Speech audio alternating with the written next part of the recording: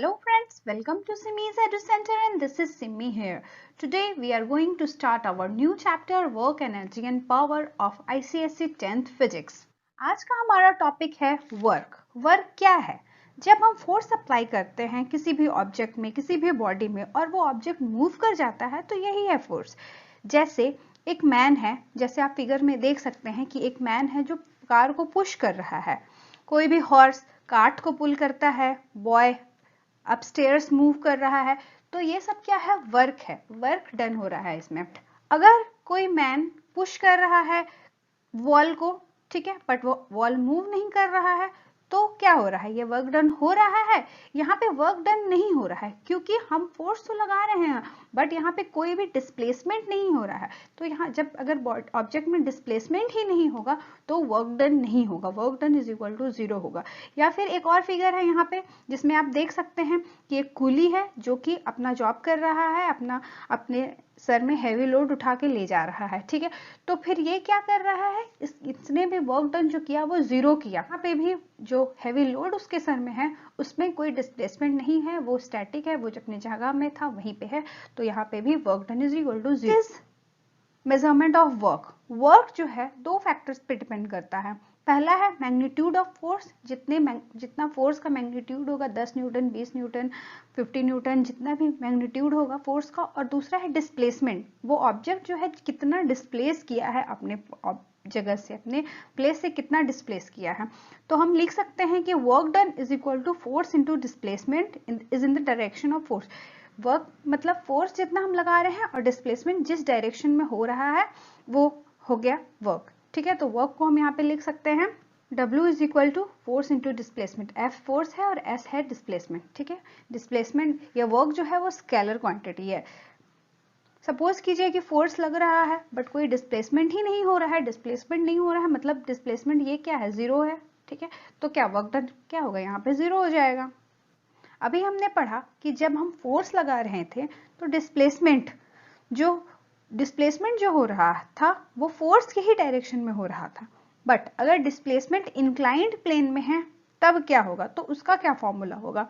तो इस फिगर में आप देख सकते हैं कि फोर्स जो है वो हमने लगाया, लेकिन जो डिस्प्लेसमेंट है वो ए बी के अलोंग लग रहा है, ठीक है। तो डिस्प्लेसमेंट इस फिगर में देखिए कि फोर्स ए बी के अलोंग लग रहा है बट जो डिस्प्लेसमेंट है वो AC के अलोंग लग रहा है। प्लेन जो है वो थीटा एंगल से इंक्लाइंड है, मतलब कॉस थीटा जो है, कॉस थीटा इस केस में हम लिख सकते हैं कि AB by S। Cos theta क्या होता है? Base by hypotenuse. तो बेस यहाँ पे क्या है? AB है और हाइपोटेनस मतलब डिस्टेंस कितना है तो वो S डिस्टेंस पे डिस्प्लेस किया है। तो AB को हम लिख सकते हैं S कॉस थीटा, ठीक है। तो वर्क डन क्या होगा? फोर्स इंटू डिस्प्लेसमेंट जो होता है, तो यहाँ पे डिस्प्लेसमेंट क्या है? S cos थीटा है, तो work done is equal to F into S cos theta हो जाएगा, ठीक है। यहाँ work done F into A B है, यहाँ पे डिस्प्लेसमेंट जो है वो AB है, तो यहाँ पे वर्क डन जो हो जाएगा वो F into S cos theta हो जाएगा। AB की जगह में हमने S cos थीटा को पुट कर दिया। तो ये हम देख सकते हैं कि यही फॉर्मूला है जो पहले हमने डिराइव किया था कि W is equal to F S जो है वो इसी फॉर्मूला से ही डिराइव होता है। W is equal to F into S cos theta से ही डिराइव होता है। सपोज कीजिए कि अगर फोर्स लगा रहे हैं हम, ठीक है, और डिस्प्लेसमेंट जिस डायरेक्शन में हम फोर्स लगा रहे हैं और उसी डायरेक्शन में ही डिस्प्लेसमेंट हो रहा है, ठीक है। फोर्स लगा रहे हैं हम यहाँ, डिस्प्लेसमेंट भी उसी डायरेक्शन में हो रहा है, तो थीटा कितना होगा? थीटा 0 डिग्री होगा। और फिर अगर उसे एक्सप्रेशन में पुट करते हैं, कॉस थीटा 0 डिग्री लग रहा है, उसी डायरेक्शन में हो रहा है मतलब 0 डिग्री। फिर अगर हम इस पे एक्सप्रेशन में पुट कर रहे हैं तो cos 0 डिग्री का वैल्यू क्या होता है? 1 होता है, ठीक है। तो work done W is equal to F into S होगा, ठीक है। तो इस एक्सप्रेशन में जो फोर्स लग रहा है, डिस्प्लेसमेंट भी सेम डायरेक्शन में हो रहा है, तो वर्क हो रहा है, तो वर्क डन यहाँ पे पॉजिटिव है, ठीक है। मतलब जिस डायरेक्शन में फोर्स लगा रहे हैं उसी डायरेक्शन में अगर हम वर्क डन भी हो रहा है तो वो फोर्स जो है, वर्क डन जो है वो पॉजिटिव है।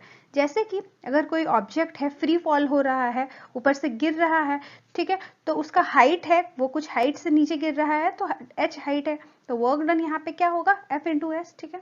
जैसे इसमें फोर्स की जगह हम फोर्स ऑफ ग्रेविटी का यूज कर सकते हैं M इंटू जी, और s की जगह h लिख सकते हैं, ठीक है। तो यहाँ पे जो वर्क हो रहा है वो पॉजिटिव वर्क हो रहा है by force of gravity. Force of gravity जो है वो पॉजिटिव वर्क डन कर रहा है, ठीक है।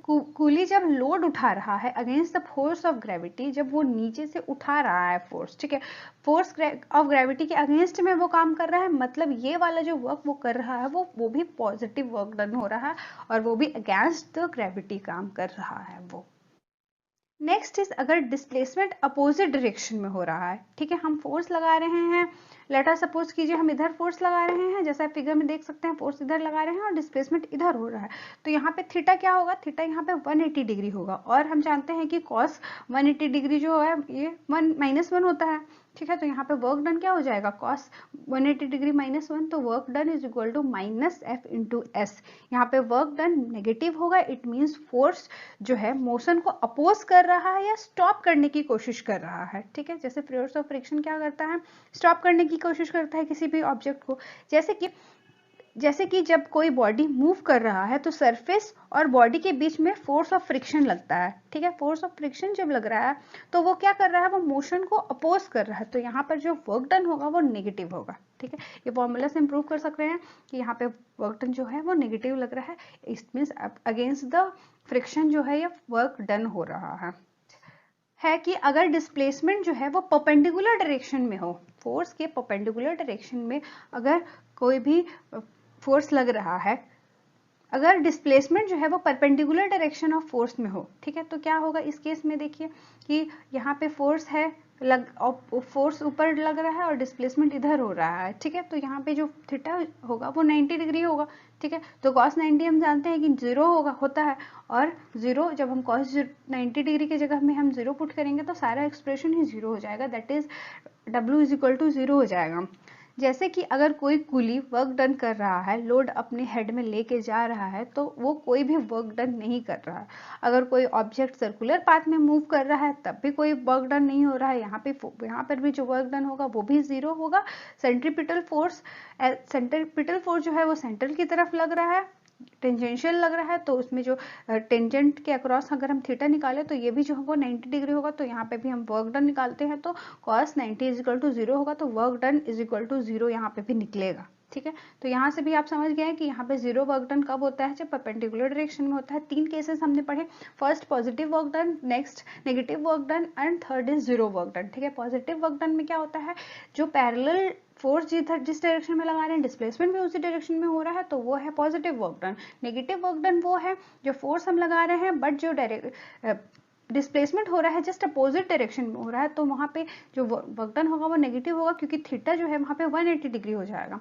और नेक्स्ट थर्ड जो है वो है 0 वर्क डन, इट मीन्स जो फोर्स और वर्क डिस्प्लेसमेंट का जो के बीच का जो एंगल है वो परपेंडिकुलर टू ईच अदर है, इट मीन्स 90 डिग्री एंगल है दोनों के बीच में, तो यहाँ पे जो वर्क डन हो रहा है वो 0 वर्क डन हो रहा है। Next is units of force. तो ऐसा यूनिट वर्क का क्या होता है, जूल होता है, ठीक है। वर्क का क्या फॉर्मूला है, फोर्स इंटू डिस्प्लेसमेंट, तो हम कह सकते हैं वर्क का यूनिट जूल, फोर्स का न्यूटन और डिस्प्लेसमेंट का मीटर होता है, ठीक है। तो 1 joule is equal to 1 newton into 1 metre, ठीक है। अगर हमें 1 जूल को डिफाइन करना है तब हम क्या बोलेंगे, 1 जूल ऑफ वर्क तब डन होगा जब 1 न्यूटन फोर्स लग रहा है, इसको ही हम बेस मान के लिख सकते हैं कि 1 न्यूटन फोर्स लगेगा और वो 1 मीटर का डिस्टेंस डिस्प्लेस करेगा किसी भी ऑब्जेक्ट को, तो वर्क डन जो होगा वो 1 जूल का वर्क डन होगा, ठीक है। सीजीएस यूनिट क्या होता है, वर्क डन का अर्ग होता है, ERG अर्ग, और अर्ग सीजीएस यूनिट में फोर्स का क्या यूनिट होता है, डाइन, और डिस्प्लेसमेंट का सेंटीमीटर, ठीक है।